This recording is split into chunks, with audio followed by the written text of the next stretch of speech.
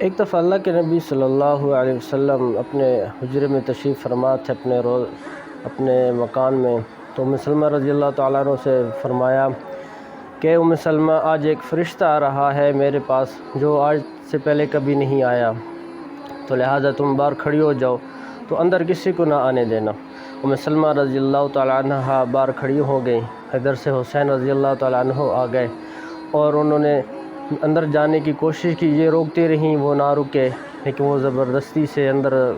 اللہ کے نبی کے پاس چلے گئے۔ جب کافی دیر گزر چکی تو اللہ کے نبی صلی اللہ علیہ وسلم کی رونے کی آوازیں اندر سے آ رہی تھیں، تو حضرت ام سلمہ رضی اللہ تعالیٰ عنہ نے دیکھا کہ اللہ کے نبی رو رہے ہیں، تو جب دروازہ کھولا اور حضرت حسین رضی اللہ تعالیٰ عنہ کو گلے سے لگا کر وہ رو رہے ہیں اور فرمایا کہ یا رسول اللہ کیا ہو گیا؟ تو آپ نے فرمایا ام سلمہ ایک فرشتہ آیا تھا اور مجھے اس جگہ کی مٹی بھی دکھائی اور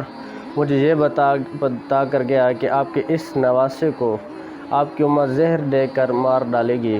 اس کو شہید کر دے گی، اور جس جگہ یہ گرے گا اس جگہ کی مٹی بھی دکھائی اور سارا کچھ دکھایا۔ تو آپ علیہ الصلوۃ والسلام زور زور سے رونے لگ گئے، لیکن امت کے لیے پھر بھی دعائیں کرتے رہے، اللہ مغفر لی امتی بار بار کہتے رہے۔ حضرت عائشہ رضی اللہ تعالیٰ عنہا نے عرض کی یا رسول اللہ میرے لیے ایک دعا کر دیں، تو آپ نے فرمایا عائشہ کیا دعا کروں؟ تو فرمایا کہ یا رسول اللہ سے دعا کرے کہ اللہ میرے سارے گناہ معاف کر دے، سارے گناہ معاف کر دیں۔ تو آپ علیہ الصلوۃ والسلام نے حضرت عائشہ رضی اللہ تعالیٰ عنہ کے لیے دعا فرمائی اور وہ زیادہ خوش ہونے لگیں اور کہنے لگے کہ عائشہ خوش کیوں لگ رہی ہو؟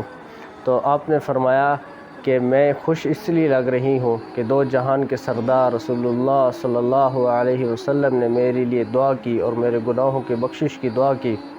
تو آپ نے فرمایا کہ عائشہ میں ہر روز اپنی امت کے لیے دعا روز مانگتا ہوں۔ تو حضرت حسین رضی اللہ تعالیٰ عنہ نے شہادت اپنی جان قربان دے کر اسلام کو بچایا اور کفر کو ختم کیا، اسلام کو زندہ کیا۔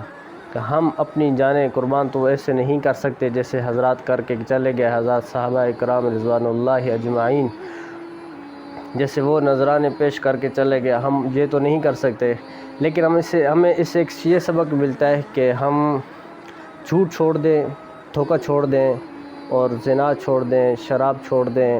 اور دوسروں کو لعن طعن کرنا چھوڑ دیں اور ہر اس چیز کو چھوڑ دیں جو اللہ کے اور اللہ کے رسول سے دور کرنے والی ہے۔ یہ ہے محرم الحرام کا پیغام، اور اس پیغام کو ہم نے اپنے جب سینے سے لگائیں گے، دل میں اس کو محفوظ کریں گے، تو آگے جا کر نظام کچھ بنے گا، آگے جا کر انسان کے اندر کا انقلاب اور بدلاؤ پیدا ہوگا۔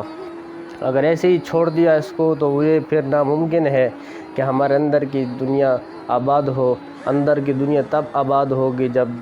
جھوٹ چلا جائے اور دھوکہ چلا جائے اور زنا شراب چلی جائے، لعن طعن چلا جائے، غیبت چلی جائے۔ یہ محرم کا پیغام ہے، یہ آج کے دور میں یوں اسلام کو زندہ کیا جائے کہ ہر ایک اچھا بول رہا ہو۔